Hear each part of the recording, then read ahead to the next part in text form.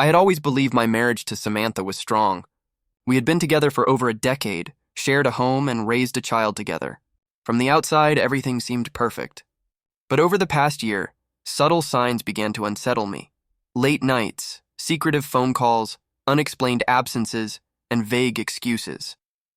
Deep down, I feared the worst, but I needed certainty before taking any drastic action. After weeks of uncertainty and sleepless nights, I decided to hire a private investigator. I needed undeniable proof, something concrete that would confirm my suspicions beyond doubt. I provided the investigator with all the information I had, her routines, the people she interacted with, and any hints of suspicious behavior. I wanted irrefutable evidence, both for my peace of mind and for what I knew I would have to do next. Weeks later, the results arrived. The investigator's findings were devastating. Samantha was seeing another man in secret, going to hotels, sending intimate messages, and hiding the affair meticulously. Shock and disbelief washed over me, but beneath that, a cold, calculating clarity emerged. This wasn't just heartbreak, it was betrayal that demanded consequences. I began by meticulously organizing the evidence.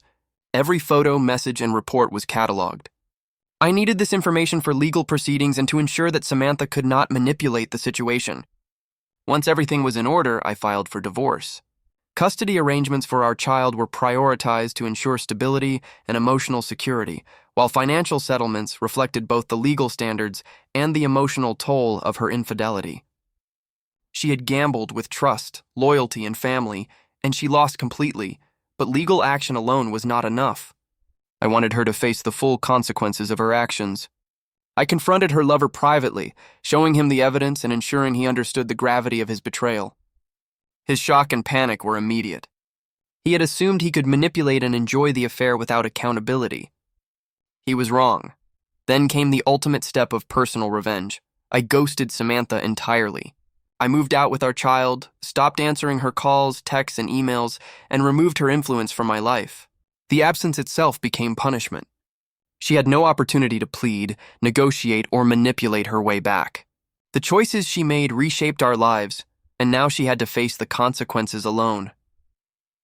In the weeks that followed, I focused entirely on rebuilding stability and emotional security for my child and myself. Routine, support from friends, and creating a normal, peaceful environment became my priorities. Samantha, meanwhile, was left to confront the social, emotional, and legal fallout of her betrayal. Her credibility, reputation, and control over my life were gone. Reflecting on the ordeal, I realized that true revenge isn't about shouting, public humiliation, or dramatic confrontations. It's about strategy, timing, and reclaiming control. By hiring a private investigator, gathering irrefutable evidence, filing for divorce, confronting the lover, and disappearing from Samantha's life, I ensured that the consequences were swift, undeniable, and permanent. Samantha had assumed she could cheat without repercussions. She was wrong. Her choices reshaped our lives, and through careful, calculated action, I reclaimed dignity, control, and the ability to build a future free from deception.